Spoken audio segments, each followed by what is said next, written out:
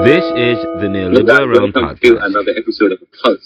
I'm Renaldo McKenzie, your creator, your host of the Neoliberal Podcast, a YouTube channel. And we have with us, of course, one of the creators and executive director of Brothers Ricardo and Renaldo. How are you, Ricky? That is good. Welcome back. We have done a show in a while. Let's.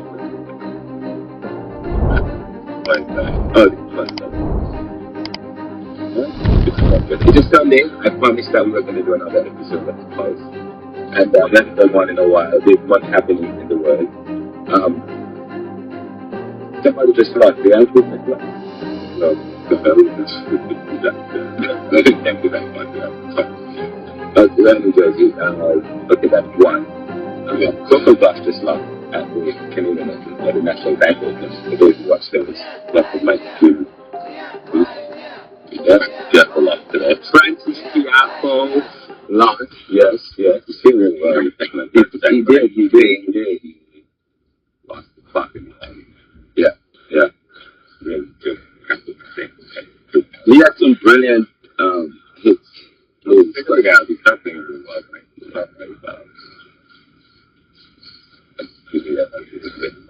and the circus went down to 70%. That's like some of the stories, and of course, earlier we were talking about some people, the famous people died. Ozzy Osbourne died early, some time ago, this week, a couple days ago.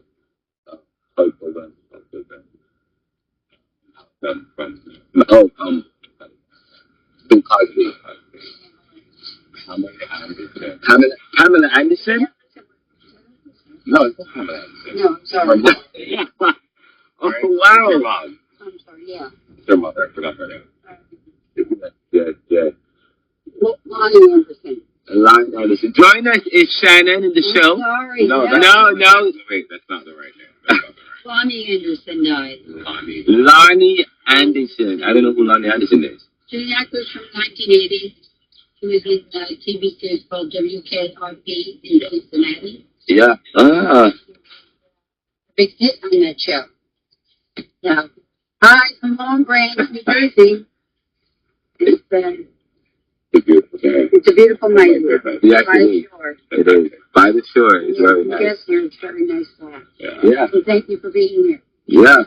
Thank you. Ricardo, what do you want to discuss today on the Pulse? And by the way, before we get into it, make American goods here or pay the price. Make American goods here or pay the price. Who said those words? I mean, those words are synonymous to what Donald Trump. Right? Donald Trump and this policy, this tariff, the tariffs that he has. I mean, I would love to hear what you think about the tariffs and whether, I mean, by the way, did you hear about the tariffs he leveled on Apple? 25%? But it is working. No, they make their goods. Apple products is made in China. The Apple phones is made in China, right? But then they're moving but lately, over the past year or two, they've been moving their production from China to India. In fact, most of the phones in the U.S., it's made in India, okay? And so they're moving the phones because they're trying to deal with the tariff, because the U.S. has tariffs in China, so they're trying to move production to India. But and recently Donald Trump had a meeting, and I understand he was very upset. But apparently, Apple, Apple has about 180 million people use Apple phones, but it seems as if Donald Trump is going to have his way with this situation with the Apple, because I heard that Apple's share fell significantly.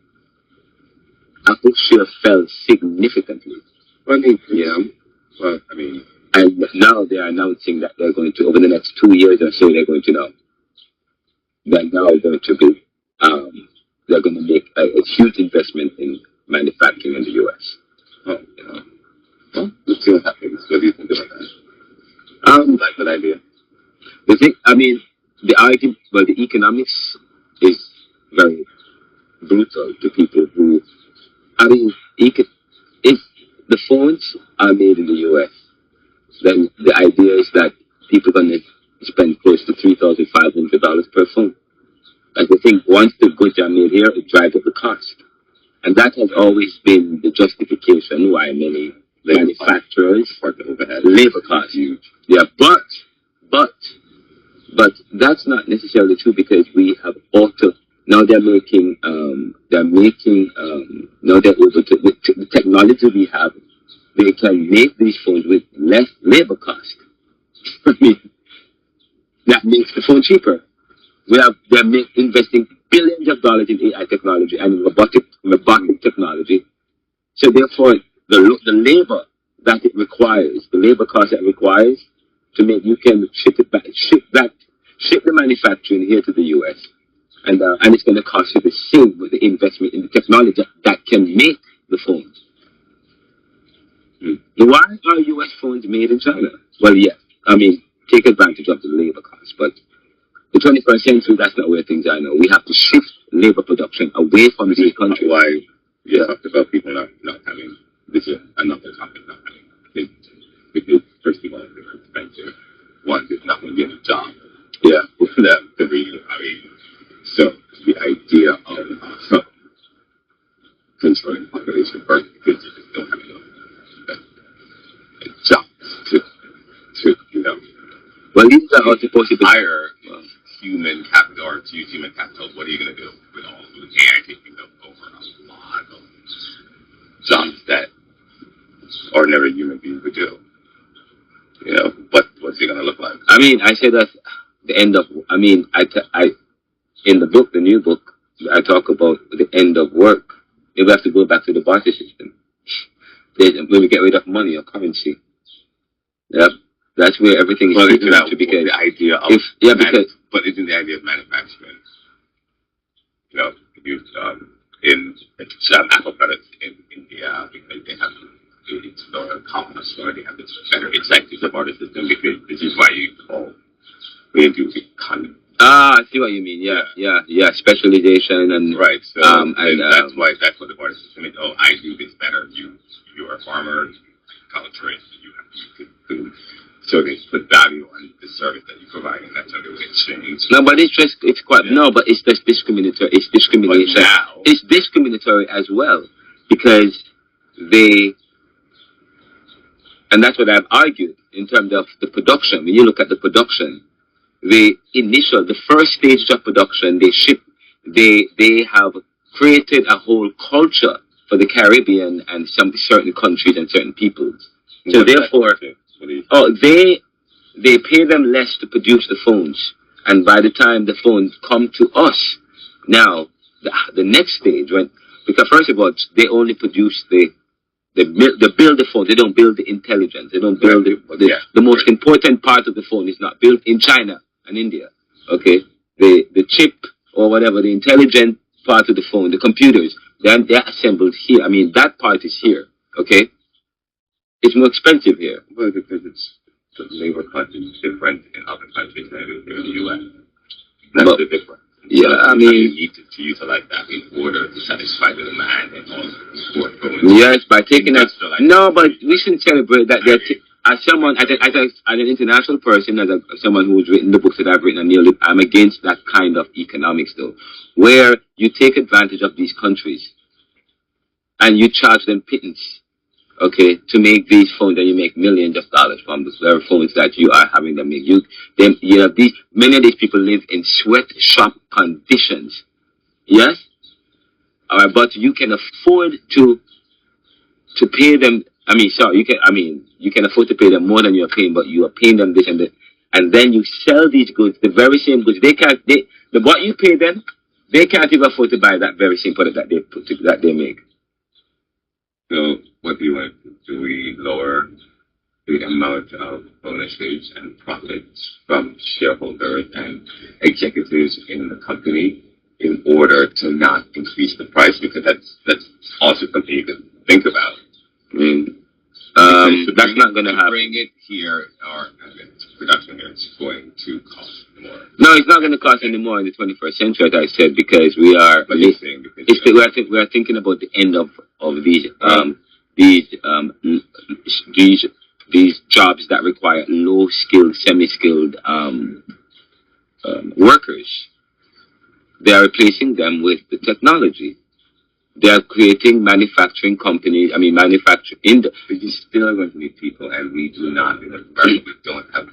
Okay, what do we do? I mean, what do we do with the people There's who some places don't have? certain areas where that can deal with the type of manpower that that's needed.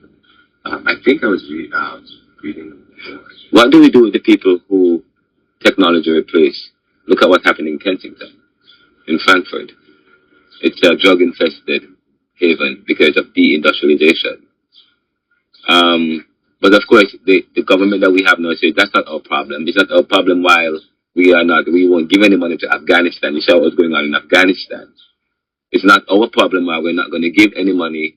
In terms of providing aid to the people in Palestine, to the people in Afghanistan, because the U.S. have cut off aid to these people. And they're saying it's not our problem, it's their problem. Okay, why should the people in America that's dying for hunger, why should we be spending billions of borrowing money to help the Afghan people? That's the argument, that's the kind of the insensitivity of our government today. So they don't care about what happened to people.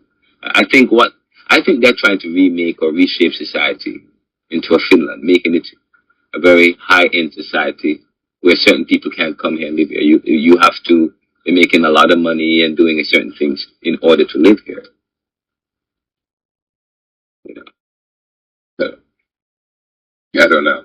I think that's really the objective of what they're doing. I don't think that's the objective. It's just that's old-fashioned and old-school economics. What do you think about the tariffs, though? Do you approve of the tariffs, or this whole transactional approach of Donald Trump? I've talked about it before earlier. We both have an article we were interviewed by a reporter in the Coaster. Well, it's all about instability. Yeah. Which is the best when you're a leader, you're looking for a leader who provides stability.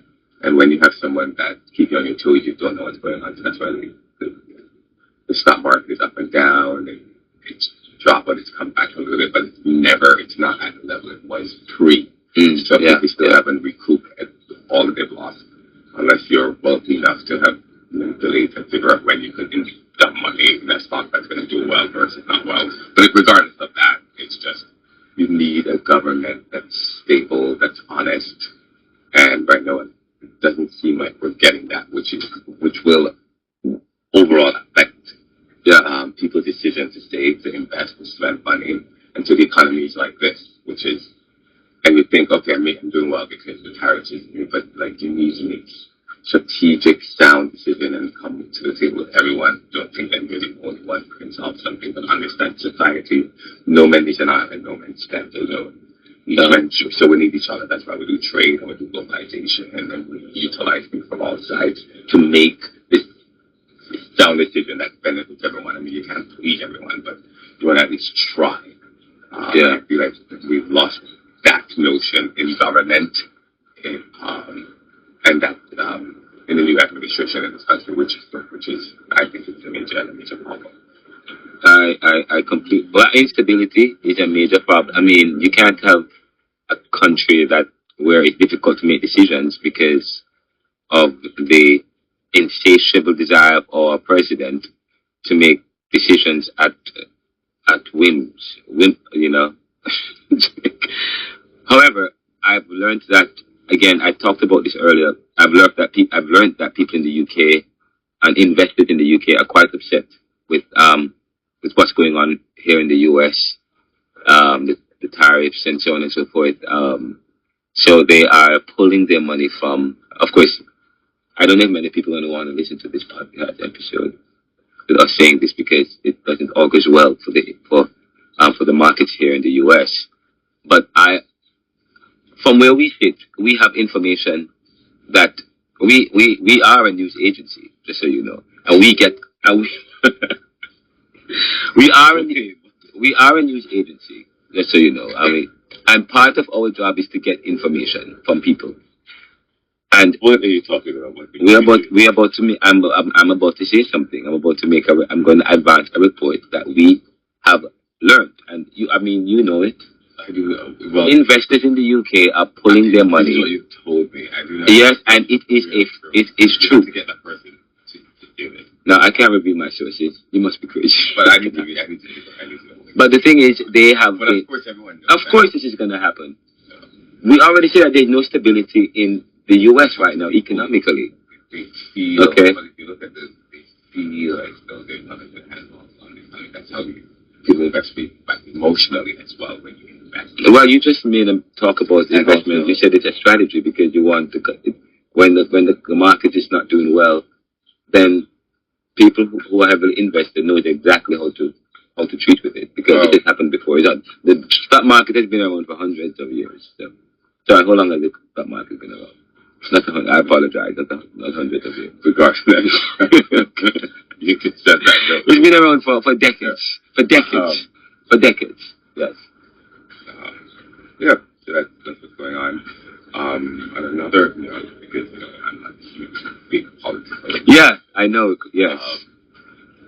The U.S. Open is coming up. Tennis. Yeah. About that. I'm excited about U.S. Open. I am. Yeah. Yeah.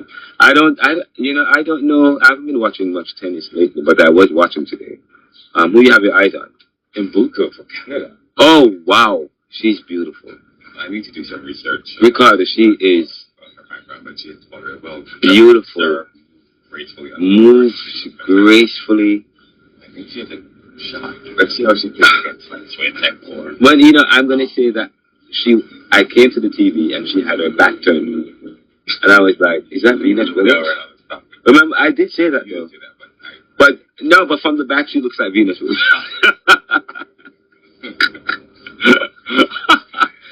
Yeah, but Mbuko, I mean, tell me about her. I mean, where's she from? She has an African name. Yeah, I don't know much. I really want to go deep into this because I really just do my research to find out her. Usually I do that with my tennis players, but since I'm going to be following her, I think she actually have been following her for a while. I saw that she won about 7 straight tournaments on the ITS, the lower level women's tour. Yeah. And then when you start winning, that's the tennis is about confidence at the end of the day. So the more you win, the more confident you are. Sports is like that.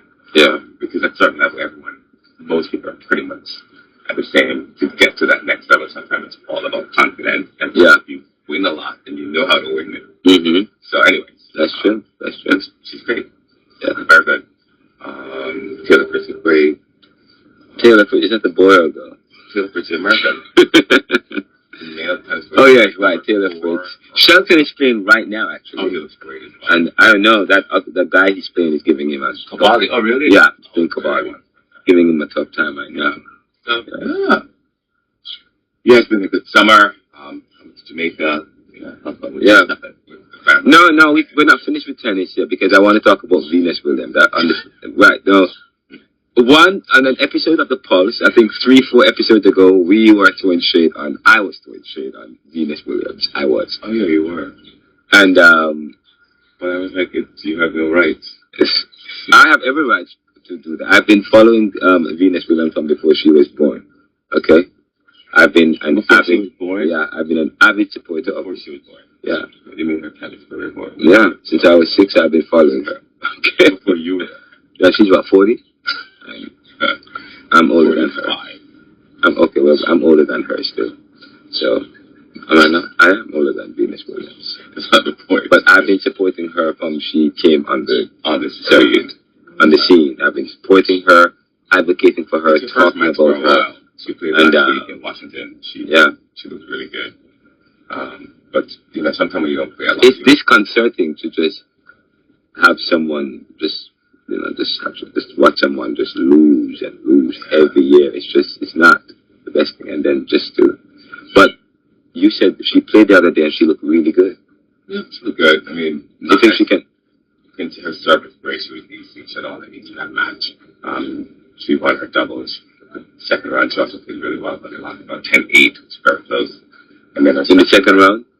In the doubles, yeah. And then in her singles, second round, she lost. A very good player. But I thought she played really well. But her certain shots that worked in the first and worked in the second. She was making a lot, calling out on Indeed when she had the inside out back shot, and she would not give up on that shot because you look like she was practicing and trying to figure out things. But she was good, I think. So. And she won the first round, but didn't win the second round. Yeah, but it was really hot. So. Okay. Well, I'm used. Towards the end of her career, I've seen her. She's never gone beyond the first round. She's always going to the first or second round and everything. She's become a first round wonder.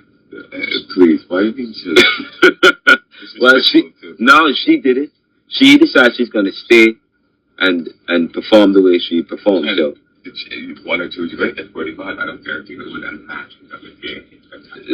No, it's retirement. If she can only win one at 45, it's because that's not the goal. Okay. But anyway, let's change the subject. And Serena is not coming back? I don't know. Okay. She was lost a lot of weight. Yeah. Well, one thing I know they were doing, the sisters were commenting. They were commenting on one of the they have a podcast as well. They have a podcast. Yes, they do. They have a podcast. Yeah. Oh. But no, you're going to switch subjects. Let's switch gears. What are we going to switch gears to next? How about Jeffrey Epstein? Oh my God! Listen, I have deliberately stayed away from Epstein on the Neoliberal podcast because so many different shows and so many people have been talking about it, and I'm quite sure you're tired of the Epstein story. No, why? I mean, but it's juicy. It's what I mean. People love juicy stuff. Okay. So why do they move on? Or is it time to become? Okay, I already tell you what my position is on the Epstein story. This is what I believe about life with juice.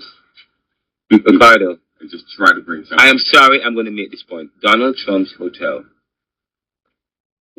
They were hiring girls for they were supplying what's his name, Epstein. Stop it. With girls.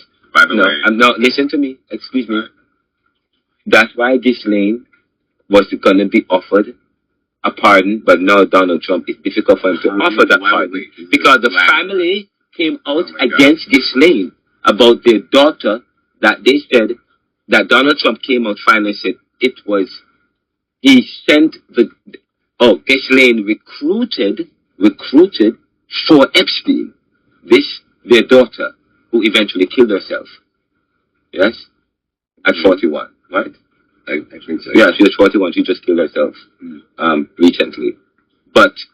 And Donald Trump was thinking about pardoning Miss Maxwell. That's the name of her, Ghislaine or something, Maxwell. And I understand that the family had a press conference 3 days ago. Giselle. What's her name? I guess it's pronounced Giselle. I don't even know. When I saw her name spelled, I thought it was Giselle. But then I saw the name spelled Gislane. But okay, Maxwell. Her last name is Maxwell. Miss Maxwell. Okay. Whatever. But Maxwell is her last name. But the family had a press conference, Ricardo. Yep. Of not Miss Maxwell, the young woman that Epstein, there was something in the news where Maxwell McLean, they were asking about it with so much information. I was providing all of that. But he knew the story. Unless they knew that the story was going to come out. You're trying to get ahead of the story. What do we know about Epstein? Epstein was sodomizing or using young girls, right? Young girls. I mean, sex trafficking and all of that. I tell you, I would say that for rich people. Society, for rich people. Many years ago, especially when people were just low down so bad and love to just do things that they could just do and get away with. And now, leapfrog to how we are today, And to think that we were so... think that we were so, holier than that. We were righteous people. We were more righteous then than we were now. And to think that stuff that they used to do... They were doing things and it was okay. But it was okay within their club, within their social... That's all I have to say. Okay. It was okay within their sphere, but however... Traditionally you would say people are more religious, holier than more. But no, but what about the people today? What about people today are civilized. They are, because back in the day they used to just take advantage of people, from slavery to like taking them woman, giving them all the Spanish fly, whatever pill they give them, to And it was fine. consider people half a human. But then society changed, and then we act, and then we criminal, and then we whatever they did. And now we're trying to move ahead by going back. And then we nominated someone who said that we want to go back, bring us back again to when we MAGA. To when when we used to do Spanish fly and things, treat people with and Epstein, to all of that. To get rid of diversity and inclusion, treat women with disrespect and nothing happened, and society just treat some people with disrespect without just. I mean, for me, I just think society. Once it's all about learning how to love. And do you think Epstein, in spite of their differences, I think that's one thing we are lacking in our entire government and in our school, in our society, at work. And it's like we really don't understand. In the church, they don't understand it. Love. They just really don't understand real love. And that's what society, once we understand how to live together in harmony, it's all about love. And people still use the word so loosely now. Don't understand that. Yeah, they do. It's very important. But okay, fine. And it's very small. But let me ask, insignificant. What do you think about the Epstein story and Donald Trump? Do you think people should be pushing the issue, or it's just being pushed by Democrats as that's the only way they can? That's the only way they can either impeach or derail his plans. No, nothing to do with derailing this. I mean, so is there anything there? Is there anything there? Shed light. Yeah. They're all about weeding out the swamp and weeding out corruption. And that was his platform. That was the MAGA's platform. So if he is a part of the swamp, which then he should be weeded out. They just want to get rid of all the swamp. And so people are pressing because it's another attempt for establishment to hide stuff and to protect people. When his job, his basic job was to weed out to govern differently and to weed out all the swamp. But now, when you're wallowing in it, it's really hard to do that. Yeah, you know what I mean? Yeah, that's true. So, listen, I don't want to hear this much about you, because I'm all about sports. I know you watch sports. There's so much sports coming up. The draft is coming up. We're going to talk about the draft. Fantasy football is coming up. By the way, let's switch gears to a very important topic that I'm a part of. I'm working a story. The story has to do with John Anthony Castro. As you know, that John Anthony Castro. Wait. I think we should maybe add that on the next topic. That deserves something like that. Probably a standalone. He did reach out to me. His wife is not in jail, but he did file a motion brief, which he has instructed his wife to. John Anthony Castro is a Republican who was running for president, who helped to re-energize and popularize Section 3 of the 14th Amendment. He lived in Dallas, Texas. He was the owner, the president, and the patent owner of AI Tax, which valued $180 million. He was the president. His brother, in 2016 ran also. He was a Republican suing Donald Trump for violating Section 3 of the 14th Amendment, which means that because of what happened on January 6th, he provided aid and comfort. And as someone in leader, the president should not provide aid and comfort to people who try to insurrectionists. He was suing Donald Trump. He was also running for president, but his campaign was upended. He wasn't a serious candidate, but he can only sue Donald Trump as a candidate. You can't, as a private citizen, you can't. Of course, the judge that was appointed to oversee the case was appointed by Donald Trump, and she delayed. Anyway, because they know they were working on a case to get rid of John Castro, and of course they put him in jail. He's been in federal prison since, and he's filing an appeal. We have an update, a major update for you on that story. We will present that to you later this week. All right, I think that's good. Yeah. So now we have it's been a personal long time. So this is great. But what? Until next time. Until next time. We're going to play tennis. Maybe we could get some tennis in too. Yesterday he destroyed me. I can't match his athleticism, but I did say I play well, but but not well enough to beat him. Now the tournament coming up. So Tournament coming up. This is the Neoliberal podcast. You're watching the Pulse, part 9 or 10. I think it's part 9. Part 9, I think. I think this is part 9 or 10. This is where we leave you. I'm Renaldo McKenzie, and with me is my twin brother Ricardo. Catch us in the newspaper later this week, Thursday, the Coaster. Support them in Jersey if you're in Jersey area.